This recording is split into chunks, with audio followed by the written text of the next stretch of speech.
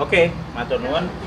Saya akan coba menerangkan dengan dalam waktu singkat mengenai masalah coronavirus yang sekarang mungkin sedang berjangkit di Indonesia. Sebelum kemana-mana saya akan coba menerangkan mengenai masalah coronavirusnya sendiri. Coronavirus adalah virus RNA dan ini beramplop. Kalau virus beramplop kita akan membayangkan itu seperti balon, kemudian ada spike-spike-nya di sana. Nah, spike yang di luar ini terdiri dari lapisan glikoprotein. Lapisan glikoprotein akan sangat mudah hancur oleh pelarut lemak, deterjen, ataupun desinfektan. Jadi coronavirus meskipun dia punya kemampuan untuk menyebar dengan cepat, dia tetap memiliki kelemahan. Kelemahannya apa? Kelemahannya akan sangat mudah hancur oleh pelarut lemak, oleh deterjen, oleh desinfektan. Sehingga jika kita sering cuci tangan, kita sering ngepel lantai dengan desinfektan atau dengan cairan untuk pel, maka virusnya akan hancur dan tidak akan menulari lagi.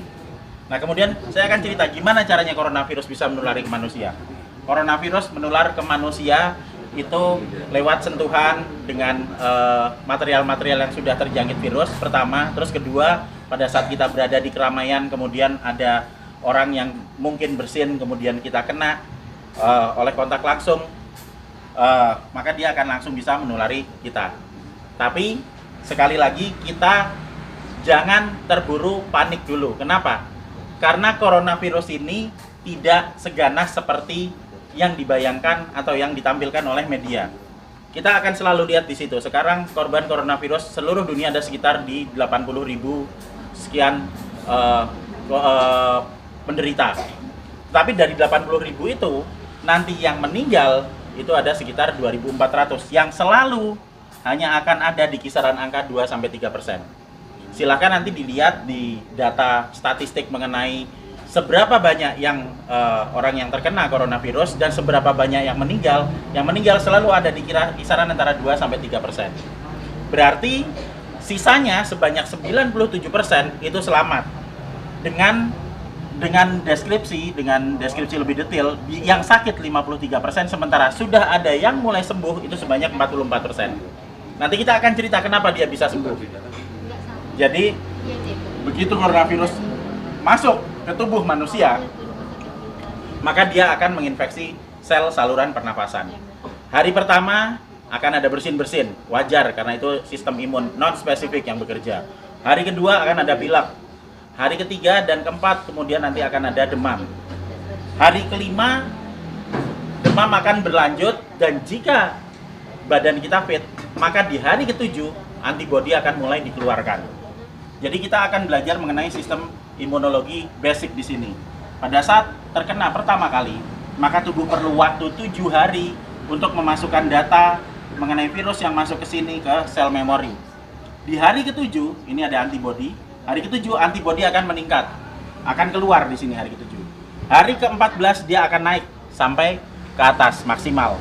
Nah, pada saat antibodi naik di sini, maka antibodi itu akan dipakai untuk melawan virus corona. Karena antibodi sifatnya spesifik. Antibodi anti corona hanya bisa dipakai untuk menangani virus corona. Dan itu akan dikeluarkan 7 hari pasca infeksi, yang akan sampai di puncaknya di 14 hari. Pada saat antibodi sampai di puncak, maka virus corona akan ditangani oleh antibodi di dalam tubuh kita sendiri.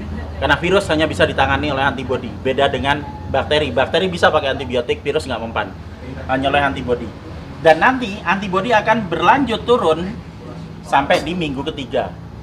Apa yang terjadi di minggu ketiga pada saat antibodi sudah mulai turun? Berarti infeksi yang ada di dalam sudah ditangani oleh antibodi yang tumbuh dalam kondisi maksimal di umur 14 hari tadi. Jadi sesudah 21 hari, otomatis virus yang ada di dalam badan kita sudah tertangani. Apa yang terjadi kalau nanti ada serangan virus lagi? Jika ada serangan virus lagi, data yang ada di sel memori akan dikeluarkan sehingga respon imun kedua akan berlangsung 24 jam sesudah paparan. Jadi misalnya saya sudah pernah kena corona dan saya bisa bertahan hidup sampai 14 hari, maka saya akan kebal seterusnya. Dan berikutnya jika saya kena virus corona lagi, kita nggak perlu nunggu sampai 7 hari sampai antibodinya keluar.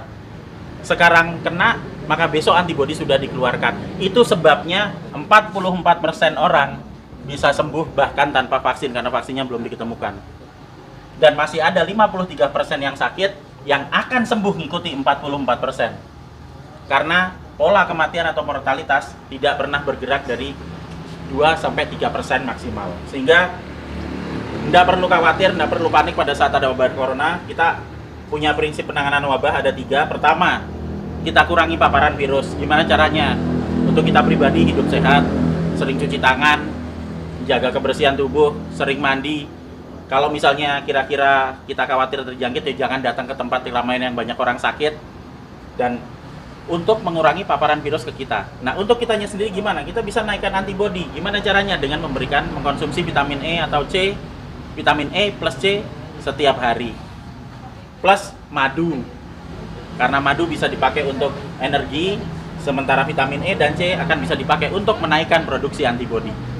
Energi dipakai untuk pembentukan antibodi dari kita sendiri. Dan yang terakhir, kalau sakit jangan keluar, di rumah aja. Terus kita beri terapi, kita sembuhkan, makan yang benar, kita melakukan pola hidup sehat, sehingga jika itu nanti sakit atau misalnya katakanlah demam, panas dalam waktu 4-5 hari, itu wajar, nggak usah panik, biasa aja. Kita hanya perlu memberikan vitamin E, C, makan yang cukup, istirahat yang cukup, nanti di hari ke-7 antibodi kita keluar. Itu juga berlaku buat yang sakit.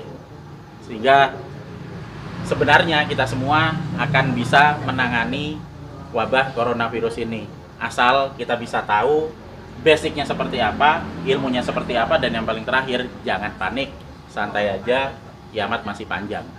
Jadi ayo kita kerja bareng-bareng, kita tangani bersama-sama, dan gak usah panik. Terima kasih.